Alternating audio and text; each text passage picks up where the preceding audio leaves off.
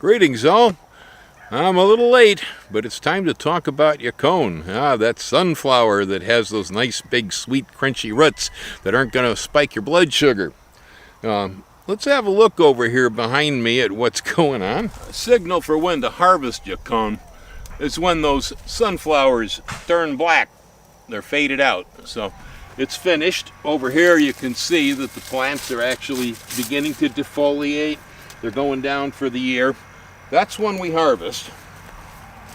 Now I'm a little bit late because I haven't been getting to it, and because of that I expect to find a few of these roots rotting. That happens and the ants will get into them.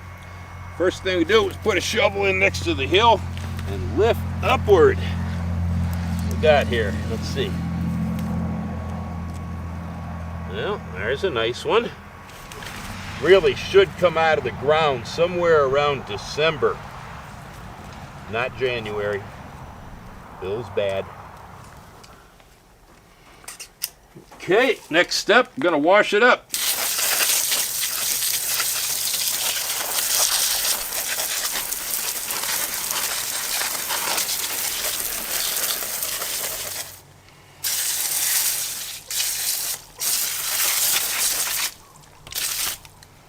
All right, all washed up.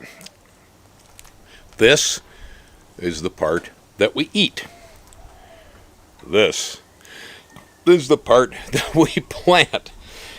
The edible part, it looks a lot like a yam. The planting portion looks a whole lot like Jerusalem artichokes or like ginger. It's above. The edible part is underneath this part, which is right at the base of the stems. This is how we regrow the plant. Now, perhaps people watching this video have never seen Yacon or have never eaten it. Okay, so I'm going to do the usual taste test here for you. Take off the peel. It's kind of tough and resinous tasting. The peel isn't really very delicious. I don't recommend eating it. It's also dirty. Another good reason not to eat the peel.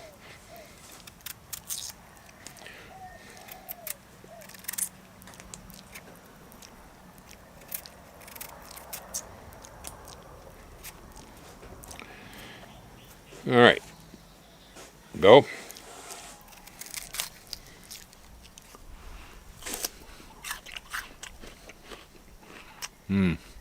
Yeah. Juicy. Sugary, not over the top, but it is sweet. The general texture reminds me of an Asian pear. Cells crunch, water runs out. It is sweet to the taste, but not overly so. And I'd say it's good in a stir fry as a water chestnut. Perfect. Would work any place you're using jicama, nica salsa, or a salad. Chunks of this are really good in salads. I happen to like a pea salad with chunks of jicama, mayo, pepper, one of my favorites. It makes an excellent syrup. If you take these, peel them, put them through a juicer, take the juice, put it on the stove, and cook it down just like you would maple sap, you'll end up with a very, very tasty syrup. It's really easy to use it in coffee or your tea or for sweeteners, whatever you want to do with it. But it's a very low glycemic index, and so people who have problems with blood sugar, diabetics, and such, this is the food for you. It's sweet, it's tasty, you can make a syrup from it, and it's not going to make your blood sugar spike. Now, unfortunately, because the sugar is not digestible in my GI tract, it creates one hell of a batch of gas. I mean, whoa, that's a fart you can write home about. But really, if you have problems with diabetes, this is a great solution. Just fart your way to sweetness. Now I'm going to plant some of this. Because it does not come up until spring, I always plant mine as I harvest in the fall or the winter.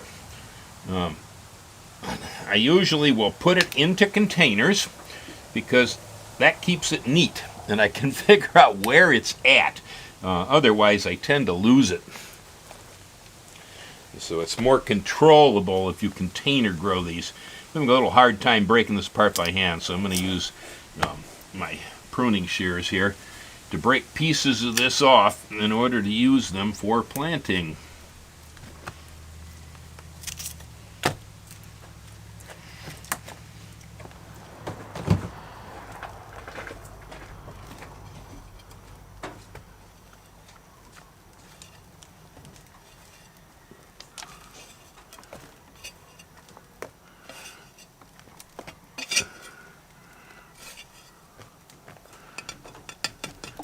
Well, there you have it. I got them all planted out. Simple as that. And we're just going to sit around and wait till next spring. It's probably somewhere around March or April we'll start to emerge out of here. And then once they get big enough, we're either going to sell them or put them back in the field again. Aloha. Y'all stay well.